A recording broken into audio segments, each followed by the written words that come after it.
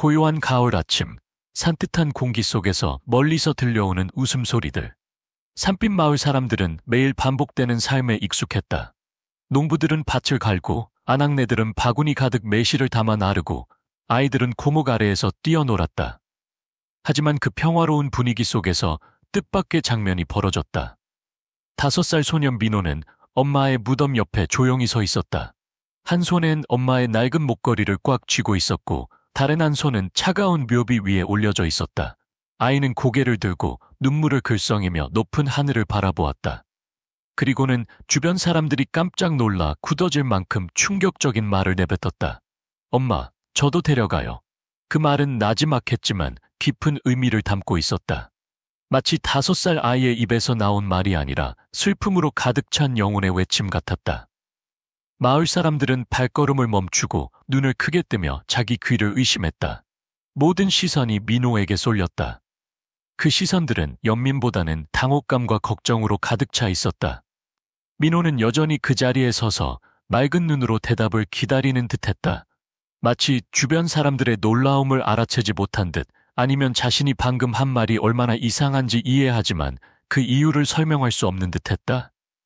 민호의 목소리, 그 확신에 찬 어조는 사람들을 어떤 미스터리한 이야기가 펼쳐지고 있다는 생각에 빠져들게 했다. 민호는 혜준 씨와 나나 씨의 외아들이었다. 그들의 가정은 한때 더없이 따뜻하고 평화로웠다. 하지만 민호의 엄마, 나나 씨가 갑작스러운 병으로 세상을 떠난 후 모든 것이 변해버렸다. 나나 씨는 근면하고 현명한 여인이었다. 넉넉하지 못한 삶에도 항상 밝은 미소를 잃지 않았고 한없는 사랑으로 아이를 키웠다. 민호가 어렸을 때 아이를 안고 있던 모습, 아플 때 조용히 등을 토닥여주던 모습이 혜준 씨의 기억 속에 생생하게 남아 있었다. 하지만 결국 나나 씨는 세상을 떠나고 가족 전체는 끝없는 슬픔에 잠겨야 했다. 아내가 세상을 떠난 후 혜준 씨는 마치 영혼을 잃은 사람 같았다. 아이를 키워야 한다는 책임감을 느끼면서도 아내의 부재는 그를 더욱 공허하고 외롭게 만들었다. 5살 어린 민호는 활발하던 아이에서 점차 말이 없어지고 생각이 많아졌다. 매일 아침 저녁으로 엄마의 무덤을 찾아 혼자 앉아 마치 무언가를 기다리는 듯했다. 이런 민호의 모습은 혜준 씨뿐만 아니라 마을 사람들 모두를 걱정하게 했다. 민호가 엄마와 대화했다는 이야기, 엄마가 세상을 떠났는데도 엄마와 계속 말을 나눈다는 이야기가 퍼져나갔다. 어떤 사람들은 그저 아이가 너무 큰 상실감을 겪어 모든 것을 상상하는 것이라고 생각했지만, 다른 사람들은 뭔가 기이한 일이 일어나고 있다고 믿었다. 민호는 평범한 아이가 아니었다. 아이는 매우 똑똑하고 감성적이었으며 특히 엄마와 각별한 사이였다. 나나 씨는 민호가 엄마를 바라볼 때마다 둘 사이에 보이지 않는 끈이 연결되어 있는 것 같다고 혜준 씨에게 이야기하곤 했다. 하지만 나나 씨가 세상을 떠난 후 민호는 변해버렸다. 어두운 밤이면 민호는 엄마의 침대 옆에 가만히 앉아 엄마가 살아있는 것처럼 이야기를 나누었다. 그날 있었던 일들, 친구들과 했던 놀이, 마당에 있는 닭들에 대한 이야기를 엄마에게 들려주었다. 나나 씨가 대답해 줄 수 없다는 것을 알면서도 민호는 묵묵히 이야기를 이어갔다. 어느 날 민호가 엄마의 무덤 옆에 앉아 있을 때 혜준 씨가 다가가 물었다. 민호야, 뭐 하고 있니? 민호는 슬픈 눈으로 올려다보며 말했다. 엄마랑 이야기하고 있어요. 혜준 씨는 가슴이 뭉클해지는 것을 느꼈다. 민호가 엄마의 죽음을 받아들이지 못하고 있다는 것은 알았지만 왜 저렇게 이상한 행동을 하는지 이해할 수 없었다. 아이가 너무 엄마를 그리워하는 걸까? 아니면 설명할 수 없는 어떤 미스터리가 일어나고 있는 것일까? 혜준 씨는 여러 번 민호를 데리고 의사를 찾아갔지만 그 누구도 명확한 설명을 해주지 못했다. 의사들은 민호가 슬픔을 겪고 있으며 시간이 지나면 나아질 것이라고 말했지만 혜준 씨는 안심할 수 없었다. 어느 날 혜준 씨는 멀리 사는 친척 집에 민호를 데려가기로 결심했다. 새로운 환경과 친척들의 관심이 민호의 마음을 조금이나마 달래주길 바랐다. 하지만 민호가 집에 돌아오자마자 이상한 조짐이 다시 나타났다. 아이는 다시 엄마의 무덤을 찾아갔고 엄마가 자신을 따라오라고 불렀다고 말했다. 혜준 씨는 무언가 잘못되었다는 것을 느꼈다. 그날 이후로 마을 사람들이 흔히 이야기하는 초자연적인 현상들, 떠도는 영혼에 대한 이야기들을 알아보기 시작했다. 그는 자신이 어떤 미스터리한 일과 마주하고 있는 건지 아니면 그저 슬픔에 빠진 아이의 꿈인지 알 수 없었다. 마음속에서 말할 수 없는 공포가 점점 커져갔다. 민호가 설명할 수 없는 어떤 것에 홀려 있는 것은 아닐까? 아니면 엄마에 대한 기억이 아이를 두세 개를 연결하는 통로로 만들어버린 것은 아닐까? 민호가 마을 사람들을 경악하게 만든 엄마, 저도 데려가요 라는 말을 한 후 이상한 일들이 계속 일어났다. 민호는 여전히 매일 엄마의 무덤에 갔지만 이제는 예전처럼 무덤 옆에 조용히 앉아있지 않았다. 아이는 혜준 씨가 이해할 수 없는 행동을 하기 시작했다. 어느 날 아침 혜준 씨가 마당에 나섰을 때 민호가 문 앞에 서서 하얀 국화꽃 한 다발을 들고 있었다. 아이는 혜준 씨의 눈을 똑바로 바라보며 매우 확신에 찬 목소리로 부드럽게 말했다. 제가 엄마를 데려올 거예요. 아빠는 더 이상 걱정하지 마세요. 혜준 씨는 너무 놀라 아무 말도 할 수 없었다. 엄마를 데려와? 엄마는 이미 이 세상에 없는데? 그는 더듬거리며 혼란스러움에 휩싸였다. 민호는 아무 대답도 하지 않고 혼자 엄마의 무덤을 향해 걸어갔다. 혜준 씨는 민호의 뒤를 쫓아갔다. 아들을 이해할 수 없었다. 이상한 두려움이 그를 감쌌고 민호를 계속 그렇게 내버려 둘 수 없다는 것을 깨달았다. 다음 날 아침 민호가 아침 식사를 하는 동안 혜준 씨는 아들에게 뭔가 평소와 다른 점이 있다는 것을 알아챘다. 민호는 음식을 많이 먹지 않고 조용히 앉아 큰 눈으로 무언가를 골똘히 생각하고 있었다. 혜준 씨는 민호 옆에 앉아 물었다. 민호야, 무슨 일 있니? 무슨 걱정 있니? 민호는 아빠를 쳐다보며 심각한 표정으로 말했다. 엄마가 돌아왔어요. 아빠, 엄마가 더 이상 울지 않아도 된다고 말했어요. 엄마는 여전히 내 곁에 있다고. 혜준 씨는 멍해졌다. 민호는 지난 며칠 밤 동안 꾸었던 꿈에 대한 기이한 이야기를 계속했다. 아이는 엄마가 흰 한복을 입고 꿈에 나타나 자신의 침대 옆에 앉아 쓰다듬어 주었다고 말했다. 엄마는 네 눈에 보이지 않더라도 항상 네 곁에 있고 지켜주고 있다고 말했단다. 엄마가 이제 무서워하지 않아도 된다고 혼자 두지 않을 거라고 말했단다. 민호는 눈을 반짝이며 자기가 믿는 것을 말하듯이 이야기했다. 혜준 씨는 오싹함을 느꼈다. 민호가 정말로 상상 속의 이야기를 하는 걸까? 아니면 엄마가 정말로 아들의 꿈에 나타나고 있는 걸까? 어떻게 하든 혜준 씨의 불안과 혼란은 사라지지 않았다. 다음 날들에도 민호는 기이한 행동과 이해할 수 없는 말들로 가족들을 놀라게 했다. 민호는 엄마에 대한 이야기를 계속했지만 그것은 평범한 기억이 아니라 가족들만 아는 세세한 내용들이었다. 어느 날 민호는 혜준 씨에게 말했다. 아빠, 엄마가 나한테 수학 문제 푸는 법 가르쳐 준 거 기억나요? 엄마는 절대 실패를 두려워하지 말라고 했어요. 왜냐하면 실패는 성공으로 가는 발판일 뿐이라고. 엄마는 네 자신을 믿으면 무엇이든 해낼 수 있다고 말했어요. 혜준 씨는 입을 다물지 못했다. 이상한 점은 민호가 엄마와 공부를 한 적이 없다는 것이다. 민호가 아주 어렸을 때 나나 씨는 세상을 떠났다. 어떻게 아이가 엄마가 가르쳐줬다는 것을 알 수 있을까? 또 다른 날, 민호는 엄마가 영혼의 세계로 돌아가더라도 아들을 절대 버리지 않겠다고 말했다는 것을 이야기했다. 엄마가 약속했어요. 민호는 단호하게 말했고 혜준 씨는 도저히 자신의 귀를 믿을 수 없었다.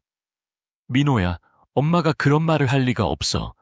너 지금 이상한 말 하는 거 아니니? 혜준 씨는 목소리를 낮췄지만 마음속에는 지울 수 없는 의심이 스며들었다.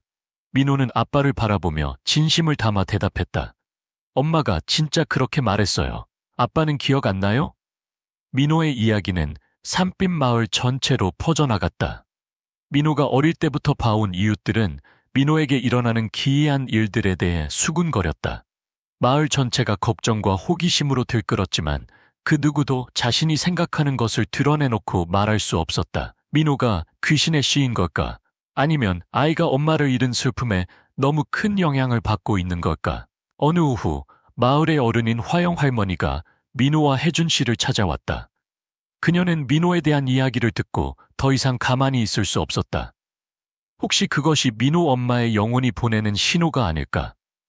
온 마을이 민호가 다른 세계와 연결되어 있을지도 모른다고 수군거리고 있다고. 화영 할머니는 걱정스러운 목소리로 말했다. 혜준 씨는 아무 말도 하지 못하고 무엇을 믿어야 할지 알 수 없었다. 하지만 마음 한구석에서는 민호가 진실을 말하고 있을지도 모른다는 느낌이 들었다. 이전에는 느껴보지 못했던 그 감정이 점점 더 강렬해졌다. 일주일 후 민호가 다시 엄마의 무덤 앞에 서 있을 때 마을 사람들은 주위에 모여들기 시작했다. 아무도 말을 하지 않았지만 모든 시선이 민호에게 고정되어 있었다. 어떤 사람들은 수군거렸다. 저 아이 혹시 살아있는 사람일까? 아니면 엄마의 영혼이 아이의 몸을 차지한 걸까? 민호는 수군거림에 아랑곳하지 않았다. 아이는 그저 무덤을 바라보며 다시 한번 그 말을 내뱉었다. 엄마, 저도 데려가요. 이 말이 다시 한번 마을을 숨막히게 만들었다. 사람들은 두려움을 느꼈다. 혹시 이것이 기이하고 무서운 일의 징조일까? 강한 척하려 했지만 혜준 씨는 민호가 했던 기이한 말들을 계속해서 생각할 수밖에 없었다. 민호의 말은 아이의 상상이라고 하기에는 너무나 명확하고 상세했다. 마치 아이가 다른 세계에 있는 엄마와 실제로 대화하고 있는 것 같았다. 어느 날 밤 민호가 잠이 들었을 때 혜준 씨는 혼자 방에 앉아 있었고 일어났던 일들을 곱씹었다. 민호가 엄마의 죽음 때문에 홀린 걸까? 아니면 민호가 정말로 엄마의 존재를 느낄 수 있는 걸까? 라나 씨가 이미 세상을 떠났는데도 말이다. 혜준 씨는 어떻게 해야 할지 몰랐지만 마음속으로 진실을 찾아야 한다고 생각했다. 그리고 그러기 위해서는 아이와 함께하는 여정이 이제 시작일 뿐이라는 것을 깨달았다. 민호를 둘러싼 기이한 일들이 점점 더 분명해지자 혜준 씨뿐만 아니라 마을 사람들도 불안해하기 시작했다. 그들은 설명할 수 없는 일들, 특히 민호의 말을 계속해서 지켜볼 수 없었다. 어느 날 마을의 노파인 복희 할머니가 혜준 씨와 민호를 찾아왔다. 복희 할머니는 마을에서 떠도는 영혼을 감지할 수 있는 특별한 능력을 가진 것으로 알려져 있었다. 말수는 적었지만 이 상황에서 복희 할머니가 이 기이한 현상에 대한 해답을 찾는데 도움을 줄 수 있을 것이라고 모두들 알고 있었다. 복희 할머니가 왔을 때 민호는 문 앞에 앉아 세상을 떠나기 전 엄마가 사준 인형을 안고 있었다. 아이는 복희 할머니를 쳐다보며 아무 말도 하지 않았지만 이상한 미소를 지었다. 복희 할머니는 잠시 동안 침묵한 채 민호의 눈을 깊이 들여다보았다. 그리고는 천천히 민호에게 다가가 팔을 걷어올렸다. 마치 뭔가 심각한 것을 하려는 듯이. 이 아이에게는 특별한 힘이 있어요. 복희 할머니는 작은 목소리로 민호 외에는 아무도 보지 않고 말했다. 우리는 그냥 가만히 있을 수는 없어요. 이런 일이 계속 일어나도록 내버려 둘 수 없어요. 혜준 씨는 어안이 벙벙했지만 동시에 뭔가 이상한 기분이 들었다. 복희 할머니는 계속 말했다. 이 아이는 사람들이 생각하는 것처럼 엄마와 대화하는 것이 아니에요. 다른 영혼과 대화하고 있어요. 엄마는 이미 이 세상에 없어요. 다른 사람의 영혼이 아이와 함께 있어요. 다른 영혼? 혜준 씨는 떨리는 목소리로 물었다. 복희 할머니는 고개를 끄덕였다. 아직 구천을 떠돌지 못하는 영혼이 민호에게 붙어서 당신 부모님, 민호의 부모님과 대화하고 있어요. 이 영혼은 평범한 영혼이 아니에요. 착한 영혼이 아니에요. 복희 할머니는 지난 몇 년 동안 비슷한 사례를 많이 봤지만 민호의 경우는 특별하다고 말했다. 떠도는 영혼들은 살아있는 사람에게 붙어 계속 살거나 살아있을 때 끝내지 못했던 어떤 일을 이루려는 기회를 찾곤 한다. 민호는 특별한 능력을 가지고 있으며 이런 영혼들을 볼 수도 연결될 수도 있는 것이라고. 복희 할머니와의 만남 후 혜준 씨는 더욱 불안해졌다. 그녀가 민호에 대해 이야기한 것은 그를 더욱 불안하게 만들었다. 민호는 날이 갈수록 점점 더 기이한 행동을 했고 엄마만이 아는 대화에 대해 더 많은 것을 말하기 시작했다. 하지만 이번에는 민호가 아무도 말하지 않은 혜준 씨 가족의 과거에 대해 더 많은 것을 알고 있었다는 것이 이상했다. 어느 날 오후 민호는 늘 그랬듯 엄마의 무덤에 갔다. 혜준 씨는 민호를 따라가서 멀리서 지켜보았다. 민호가 무덤 앞에 서 있자 다시 한번 혜준 씨를 놀라게 하는 말을 했다. 아빠, 이제 슬퍼하지 마세요. 엄마는 이제 돌아오지 않을 거예요. 하지만 내가 엄마를 도울 거예요. 엄마는 나한테 더 이상 아빠와 함께하지 않을 거라고 했어요. 엄마는 다른 사람을 따라갈 거래요. 혜준 씨는 아무 말도 하지 못하고 멍해졌다. 민호는 마치 그것이 엄마의 메시지인 것처럼 계속 이야기를 이어갔다. 엄마를 대신할 사람이 있을 거라고 했어요. 엄마가 나에게 그렇게 말했어요. 민호의 눈이 빛났고 그의 입가에 묘한 미소가 떠올랐다. 하지만 그 미소에는 혜준 씨가 이해할 수 없는 미스터리가 담겨 있었다. 어느 날 밤 혜준 씨가 방에서 혼자 앉아 있을 때 민호의 말들이 다시 떠올랐다.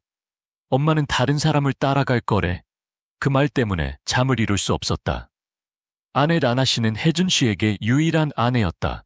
하지만 혹시 라나 씨의 과거에 자신이 몰랐던 어떤 비밀이 숨겨져 있는 건 아닐까? 혜준 씨는 아내의 과거를 알아보기로 결심했고 충격적인 사실을 발견했다. 라나 씨의 친구 중 한 명인 지민 할머니가 우연히 혜준 씨가 한 번도 듣지 못한 이야기를 했다. 라나 씨는 혜준 씨를 만나기 전에 남자친구가 있었다고 한다. 그는 사고로 죽었지만 지민 할머니의 말에 따르면 라나 씨는 그 남자가 죽은 후에도 계속 그의 영혼과 연락을 주고받았다고 한다. 알고 보니 라나 씨가 아팠을 때 지민 할머니는 라나 씨가 마치 그 남자가 살아있는 것처럼 그와 혼잣말을 하는 것을 봤다고 한다. 그 남자의 영혼이 민호에게부터 라나 씨의 가족들과 연결하려고 하는 걸까? 민호가 산자와 구천을 떠도는 영혼을 연결하는 통로인 걸까? 어느 날 밤 모든 일이 너무 기이해졌을 때 혜준 씨는 엄마 복희 할머니에게 도움을 요청했다. 복희 할머니는 민호와 혜준 씨에게 걱정스러운 마음으로 다가왔다. 복희 할머니는 민호를 보는 순간 뭔가 이상하다는 것을 알아차렸다. 복희 할머니는 민호 옆에 앉아 부드럽게 아이의 머리를 쓰다듬었다. 민호야, 할머니 이야기가 들리니? 복희 할머니가 물었다. 민호는 깊은 눈으로 쳐다보며 고개를 끄덕였다. 할머니, 엄마가 뭐라고 했는지 이야기해 줄 수 있니? 복희 할머니가 부드럽게 물었다. 민호는 한숨을 쉬며 라나 씨만이 알고 있는 이야기를 다시 이야기하기 시작했다. 이상한 점은 이번에는 엄마뿐만 아니라 혜준 씨가 한 번도 들어본 적 없는 엄마의 옛 남자친구에 대한 이야기도 한다는 것이었다. 민호는 그 남자친구가 항상 엄마 옆에 있으면서 엄마를 보호했지만 이제는 그 영혼이 민호를 통해 도움을 받고 싶어 한다고 이야기했다. 복희 할머니는 놀라움을 감추지 못했다. 민호가 정말로 라나 씨의 옛 남자친구의 영혼과 연결되어 있는 걸까? 그리고 만약 그렇다면 그 영혼이 혜준 씨의 가족에게 일어나는 모든 이상한 일들의 원인인 걸까? 마침내 혜준 씨는 더 이상 기다릴 수 없었다. 그는 이 문제를 한 번에 해결하기로 결심했다. 민호의 말 뒤에 있는 진실, 민호가 매일 하는 이상한 대화의 이유를 알아내야 했다. 혜준 씨는 민호를 구하고 가족을 보호하기 위해 자신이 외면해왔던 비밀들을 마주해야 할 것이라는 사실을 알았다. 떠도는 영혼, 존재, 그리고 설명할 수 없는 연결에 대한 커다란 질문에 해답을 찾아야 할 것이다. 이 여정은 힘들겠지만 그 피할 수 없는 발걸음을 내딛어야만 했다. 혜준 씨가 모든 것이 민호의 상상이 아니라 더 큰 미스터리의 일부일 수 있다는 것을 깨달았을 때 그는 가족의 과거를 조사하기 시작했다. 화영 할머니와 복희 할머니가 이야기했던 이상한 이야기들, 특히 가족 저주에 대한 말이 계속해서 그의 머릿속을 맴돌았다. 혜준 씨는 엄마, 복희 할머니가 조상에 대해 했던 이야기가 떠올랐다. 복희 할머니는 그들의 가족에게 이상한 저주, 영혼의 벌이 있다고 말했었다. 복희 할머니가 외할머니에게서 들었던 전설에 따르면 혜준 씨의 가족은 한때 강력한 능력을 가졌지만 그 힘을 남용하여 다른 사람들에게 해를 끼쳤던 무당 조상이 있었다고 한다. 그 무당은 자신의 힘을 사용하여 무고한 사람들의 영혼을 훔쳤고 그로 인해 끔찍한 형벌을 받았다고 한다. 그날 이후로 복희 할머니의 말에 따르면 조상의 저주가 후손에게 영향을 미치기 시작했다. 가족 구성원들은 영혼의 세계와 연결할 수 있었지만 그것은 선한 일을 하기 위해서가 아니라 떠도는 영혼들과 마주해야 하기 위함이었다. 그 영혼들은 끊임없이 가족들에게 붙어서 관계를 맺으려고 했다. 혜준 씨는 이 이야기를 간과할 수 없었다. 만약 그 저주가 정말 존재한다면 민호가 그 벌을 받아야 할지도 몰랐다. 불안감이 혜준 씨의 마음을 덮쳤지만 그는 멈출 수 없다는 것을 알았다. 자신뿐만 아니라 아들을 보호하기 위해서라도 진실을 마주해야만 했다. 어느 날 혜준 씨가 엄마의 무덤에 갔을 때 민호가 그 옆에 서서 하늘을 올려다보고 있었다. 민호는 혜준 씨를 쳐다보지 않고 먼 곳을 바라보고 있었다. 그러다 갑자기 민호는 뒤돌아보며 말했다. 제가 엄마를 만났어요. 엄마는 저를 오래 여기 두지 않을 거라고 했어요.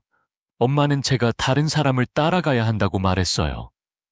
혜준 씨는 등골이 오싹해지는 것을 느꼈다. 민호는 이어 말했다. 엄마 옆에 어떤 남자가 서 있어요. 그 남자는 엄마를 잘 보살펴 줄 거라고 했어요. 아빠는 더 이상 걱정할 필요 없다고.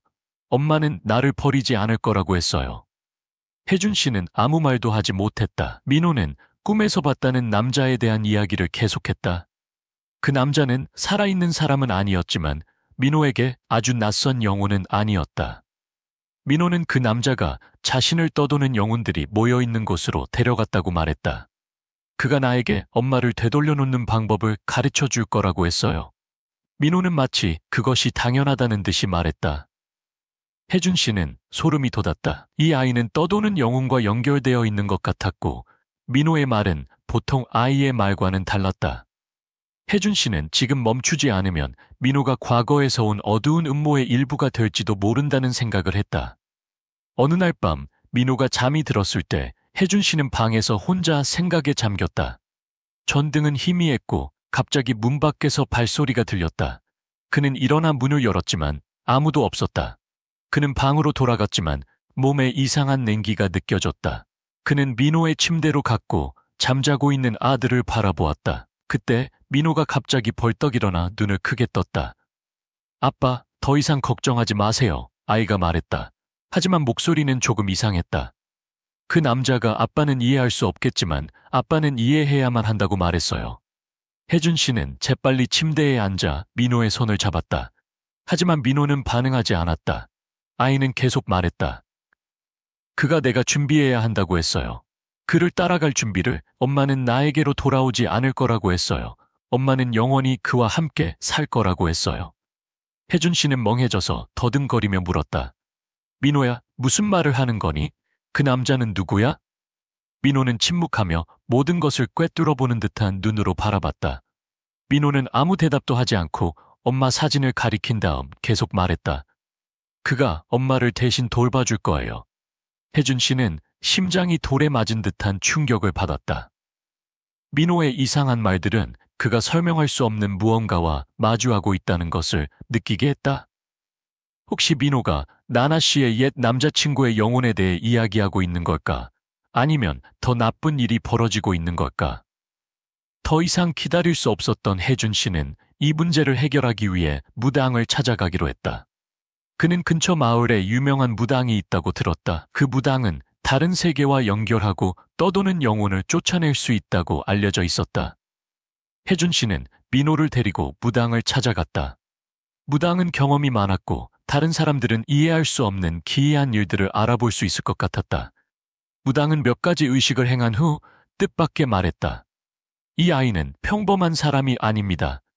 이 아이는 엄마의 영혼이 아닌 다른 영혼을 가지고 있어요.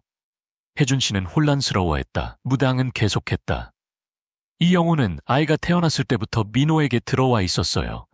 그건 비극적인 사고로 죽은 사람의 영혼입니다. 하지만 그 사람의 죄 때문에 영혼이 구천을 떠돌고 있습니다. 지금 그 영혼은 민호를 차지함으로써 벗어나려고 하고 있습니다. 혜준 씨는 자신의 귀를 믿을 수 없었다. 그 영혼은 누구죠? 혜준 씨가 두려움에 떨리는 목소리로 물었다. 무당은 눈을 감고 잠시 중얼거리다가 다시 눈을 떴다. 그건 당신 아내의 옛 남자친구예요. 바로 그 사람이에요. 그들은 평화를 찾지 못했고 지금은 가족에게 다시 돌아오려고 하고 있어요. 이 말에 혜준 씨는 완전히 굳어버렸다. 나나 씨의 과거, 자신이 알지 못했던 비밀이 드러나기 시작했다. 옛 남자친구의 영혼은 구천을 떠돌았고 민호에게 붙어 있었다. 자신의 영혼을 구원하고 엄마를 데려오기 위해서. 혜준 씨는 민호가 걱정되었다. 민호는 이제 떠도는 영혼의 희생자일 뿐만 아니라 어두운 목적을 가진 영혼의 목표물이기도 했다. 혜준 씨는 어떤 일이 있어도 아들을 지키고 그 영혼이 민호를 차지하지 못하도록 막아야겠다고 결심했다. 하지만 민호가 혜준 씨를 놀라게 하는 말을 했다. 아빠, 걱정하지 마세요. 제가 그 사람에게 엄마를 빼앗기지 않을 거예요. 엄마는 영원히 내 곁에 있을 거예요. 민호의 말은 맹세 같았다. 엄마를 빼앗으려는 영혼들과의 전쟁 선포 같았다. 그리고 그 순간부터 산자의 세계와 떠도는 영혼 사이에 진정한 전쟁이 시작되었다. 무당에게서 정보를 얻은 혜준 씨는 이제 민호가 직면하고 있는 위험에 대해 더 잘 알게 되었다. 라나 씨의 옛 남자친구의 영혼은 단순히 죄 때문에 붙잡힌 영혼이 아니라 민호의 몸을 차지하여 되살아나서 살아있을 때 끝내지 못했던 계획을 실행하려는 어두운 목적을 가지고 있었다. 그것은 민호뿐만 아니라 온 가족에게 닥친 위협이었고 혜준 씨는 그 자리에 가만히 앉아 있을 수 없었다. 무당은 혜준 씨에게 만약 그 영혼을 구제하지 못하면 민호가 그 영혼의 그릇이 되어 영원히 그의 진짜 삶을 잃게 될 것이라고 경고했다. 그 영혼은 죽었지만 살아있고 싶다는 욕망이 너무 강해서 다른 몸을 빼앗고 지배하려 한다는 것이다. 민호는 특별한 능력을 가지고 있기 때문에 완벽한 대상이라고 말했다. 그 영혼은 구천을 떠돌려고 하지 않을 거예요. 강력한 개입이 없다면 그 아이를 놓아주지 않을 겁니다. 무당은 침착하지만 진지한 어조로 말했다. 혜준 씨는 망설일 여유가 없었다. 여기까지 왔으니 그냥 기다릴 수만은 없었다. 그는 행동해야 했다. 하지만 어떻게 민호를 영혼에게서 분리시킬 수 있을까? 민호가 제어할 수 없는 힘과 기이하게 연결되어 있는데 혜준 씨가 방법을 찾기 시작했을 때 민호는 또다시 이상한 꿈을 꾸었다. 아이는 종종 밤중에 깨어나 혜준 씨가 볼 수 없는 영혼들과 대화를 나눴다. 어느 날 밤 민호는 갑자기 잠에서 깨어 눈을 반짝이며 말했다. 엄마가 나에게 그 사람과 함께 가라고 했어요. 아빠, 나를 막지 마세요. 혜준 씨는 민호의 손을 꽉 잡으며 마음속에 밀려드는 두려움을 억누르려고 애썼다. 민호야, 아빠 말을 들어야 해. 너는 그와 함께 갈 수 없어. 그는 이미 죽은 사람이야. 내 엄마도 그렇게 살 수 없어. 하지만 민호는 듣지 않았다. 아이의 눈은 마치 다른 세계를 보고 있는 듯했다. 엄마가 그렇게 해야 한다고 말했어요. 아빠와 함께 있을 수 없다고. 아빠는 나를 가게 해야 한다고. 날이 갈수록 민호는 더욱 멀어져 갔다. 기이한 말들이 아이의 입에서 계속해서 나왔다. 그때마다 혜준 씨는 점점 더 아들을 잃어가는 기분을 느꼈다. 그 아이는 예전의 민호가 아니었고 변해가고 있었다. 불안감은 혜준 씨를 짓눌렀고 그는 포키 할머니에게 도움을 요청할 수밖에 없었다. 포키 할머니는 오랜 세월을 살아오면서 민속과 영혼에 대한 많은 것을 알고 있었다. 하지만 떠도는 영혼을 막는 것은 쉽지 않다는 것도 알고 있었다. 포키 할머니는 말없이 잠시 동안 민호를 바라봤다. 내 아들은 평범한 아이가 아니에요. 그녀는 지친 목소리로 말했다. 민호는 더 큰 사명을 가지고 있어요. 그는 평범한 사람이 아니에요. 혜준 씨는 놀라 물었다. 엄마, 무슨 뜻이에요? 제 아들이 무슨 사명과 관련이 있나요? 포키 할머니는 고개를 숙였고 그녀의 눈에는 걱정이 가득했다. 민호 안에 있는 영혼은 매우 강력한 영혼이에요. 왜 민호를 선택했는지는 모르겠지만 그 이유가 있을 거예요. 어쩌면 그 영혼은 민호를 이용하려는지도 모르고 아니면 민호가 우리 가족이 잊고 있었던 뭔가를 열 수 있는 열쇠일지도 몰라요. 포키 할머니의 말은 혜준 씨에게 충격을 주었다. 혜준 씨는 민호뿐만 아니라 포키 할머니를 포함한 그의 가족 전체가 과거에서 온 어떤 음모에 휩싸여 있다는 것을 깨달았다. 그리고 그것은 단순한 싸움이 아니었다. 더 이상 기다릴 수 없었던 혜준 씨와 포키 할머니는 떠도는 영혼을 쫓는 의식을 연구하기 시작했다. 하지만 그들은 그것이 결코 쉽지 않다는 것을 알았다. 무당은 특별한 의식에 대해 이야기했고 그 의식에는 강력한 무당 그룹의 도움과 함께 조상들과 연결된 가족 구성원만이 사용할 수 있는 고대 유물이 필요했다. 혜준 씨와 보키 할머니는 의식에 필요한 물건들을 준비하기 시작했다. 고대 등잔, 여러 세대를 걸쳐 가족에서 숭배해온 향로, 그리고 조상의 손으로 쓴 부적이 필요했다. 그 유물은 영혼을 보호하고 두 세계의 균형을 회복하는 데 도움이 될 것이었다. 그동안 민호는 계속해서 이상한 꿈을 꾸었다. 아이는 어두운 곳에서 속삭이는 소리들을 들었다. 엄마는 그곳에 있었지만 아이는 다가갈 수 없었다. 그는 엄마 옆에 서 있는 키 큰 남자를 보았다. 그 남자의 눈은 결연해 보였다. 그 남자가 돌아서며 말했다. 너는 우리와 함께할 준비가 되었니? 민호는 그 남자에게서 이상한 힘을 느꼈다. 아빠를 떠나고 싶지 않았지만 그 이상한 느낌이 아이를 제어할 수 없게 만들었다. 마침내 영혼을 쫓아내는 날이 왔다. 복희 할머니, 혜준 씨, 그리고 무당들은 나나 씨의 무덤에서 의식을 시작했다. 민호는 밖에 혼자 서 있었지만 전혀 두려워하지 않았다. 아이는 아무 말도 하지 않고 어두컴컴한 앞을 바라보았다. 복희 할머니는 등잔에 불을 붙이고 향로를 제단에 올리고 고대 언어로 된 기도문을 읽기 시작했다. 주변 무당들은 지팡이를 든 채 영혼을 가두기 위한 주문을 외우며 의식을 행하기 시작했다. 갑자기 모든 것이 이상한 공간에 잠겼다. 어디선가 차가운 바람이 불어와 등불을 흔들었다. 갑자기 민호가 무릎을 꿇고 눈이 어두운 밤의 빛처럼 빛났다. 아이가 말했다. 엄마, 아빠를 떠나고 싶지 않지만 그 사람이 가라고 해요. 아빠는 나를 이해해야만 해요. 혜준 씨는 아이를 바라보며 어쩔 줄 몰라 했다. 민호는 이해할 수 없는 세계의 한가운데 서 있었지만 그는 민호를 그곳에 빠지도록 내버려 둘 수 없었다. 무슨 일이 있어도 아들을 구해야만 했다. 영혼을 쫓는 의식이 끝난 후 모든 것이 끝난 듯했다. 하지만 혜준 씨는 불안감을 떨칠 수 없었다. 의식이 진행되었고 무당들이 최선을 다했음에도 불구하고 옛 남자친구의 영혼은 사라지지 않았다. 민호는 여전히 꿈을 꾸었고 그 꿈에서 엄마뿐만 아니라 그 키 큰 남자도 보고 있었다. 마치 그 영혼이 쉽게 포기하지 않는 듯했다. 혜준 씨는 이 모든 사건이 우연이 아니라는 것을 느꼈다. 그는 점점 더 뭔가 숨겨진 것이 있고 아직 깨닫지 못한 것이 있다는 것을 의심했다. 마음속에서 그는 저주 뒤에 있는 진실을 찾아내지 않으면 아들을 다가올 위험으로부터 구할 수 없다는 것을 알았다. 모든 것을 명확히 하기 위해 혜준 씨는 가족의 과거에 대해 더 알아보고 복희 할머니, 나나 씨, 그리고 혜준 씨는 가족의 과거, 조상의 비밀, 그리고 저주에 대한 연결고리를 파헤치기로 결심했다. 그리고 민호가 겪고 있는 고통의 원인을 찾기로 했다. 어느 날 오후 혜준 씨는 집으로 돌아와서 민호의 방을 정리하다가 구석에 있던 호대 부적을 발견했다. 복희 할머니 집에서 봤던 바로 그 부적이었다.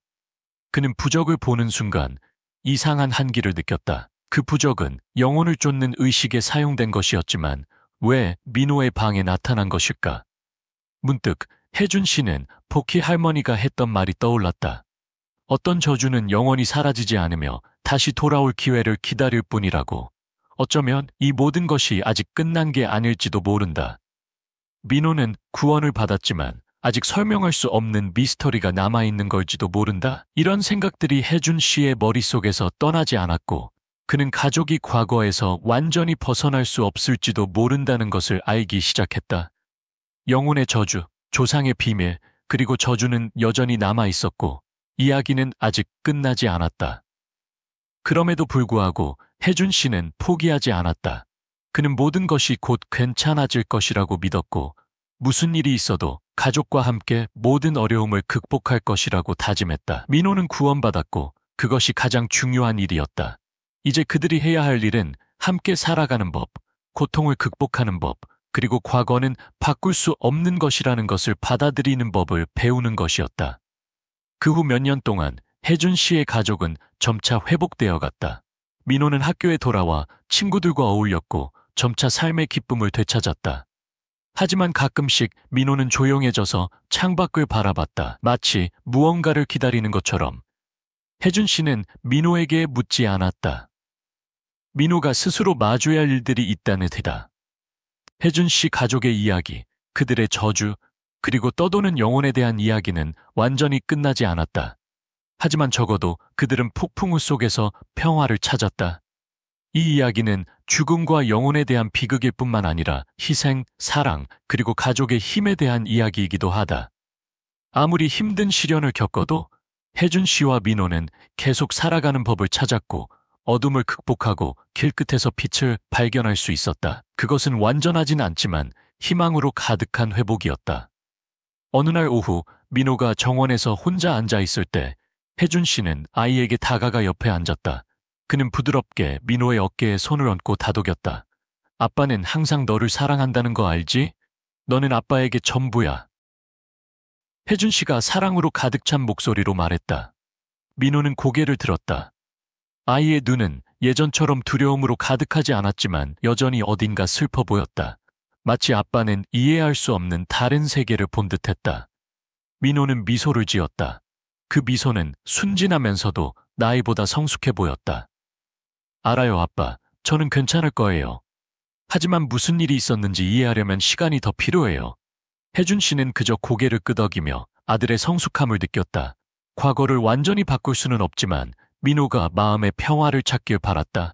미래에 무슨 일이 일어날지는 알 수 없지만 적어도 함께 있을 것이고 앞으로 닥칠 어떤 시련이든 함께 마주할 수 있을 것이다. 혜준 씨의 가족이 심리적인 폭풍을 극복하려고 애쓰는 동안 기이한 일이 또 그들을 기다리고 있었다. 어느 날 밤 혜준 씨가 민호의 방을 정리하다가 우연히 낡은 부적 하나를 발견했다. 그 부적은 복희 할머니 집에서 봤던 것이었다. 그는 부적을 보는 순간 이상한 냉기를 느꼈다. 이 부적은 영혼을 쫓는 의식에 쓰였던 것이지만 왜 민호의 방에 나타난 걸까? 문득 혜준 씨는 복희 할머니가 했던 말이 떠올랐다. 어떤 저주는 결코 사라지지 않고 기회를 기다릴 뿐이라고. 어쩌면 이 모든 것이 아직 끝나지 않은 것인지도 모른다. 민호는 구원받았지만 아직 다른 영혼, 더 깊은 비밀들이 어딘가에 숨어 있고 때를 기다리고 있는 걸지도 모른다. 이 생각은 혜준 씨의 머릿속에서 떠나지 않았고 그는 자신의 가족이 과거에서 완전히 벗어날 수 없을지도 모른다는 것을 깨닫기 시작했다. 영혼의 저주, 조상의 비밀, 그리고 저주는 여전히 남아 있었고 이야기는 아직 끝나지 않았다. 그럼에도 불구하고 혜준 씨는 포기하지 않았다. 그는 곧 괜찮아질 것이라고 믿었고 아무리 힘들어도 가족들은 앞으로 나아갈 수 있다는 것을 알고 있었다. 민호는 구원받았고 그것이 가장 중요했다. 이제 그들이 해야 할 일은 함께 계속 살아가는 것, 고통을 극복하는 것, 그리고 과거가 바꾸지 못하는 것이라는 것을 받아들이는 것이었다. 그 후 몇 년 동안 혜준 씨의 가족은 점차 회복되었다. 민호는 학교에 돌아왔고 친구들과 어울렸으며 점차 삶에 대한 기쁨을 되찾았다. 하지만 여전히 가끔씩 조용해지거나 창밖을 바라보며 마치 무언가를 기다리는 듯한 모습을 보이기도 했다. 혜준 씨는 그에게 아무 말도 하지 않았다. 민호가 스스로 마주해야 할 일들이 있다는 것을 알았기 때문이다. 혜준 씨의 가족 이야기, 저주와 영혼에 대한 이야기는 완전히 끝나지 않았다. 하지만 적어도 그들은 폭풍우 속에서 평화를 찾았다. 이것은 죽음과 영혼에 대한 비극일 뿐만 아니라 희생, 사랑, 그리고 가족의 힘에 대한 이야기였다. 아무리 힘든 시련을 겪어도 혜준 씨와 민호는 계속해서 살아가는 법을 찾았고 어둠을 극복하고 길 끝에서 빛을 발견했다. 그것은 완전하지는 않았지만 희망으로 가득 찬 회복이었다.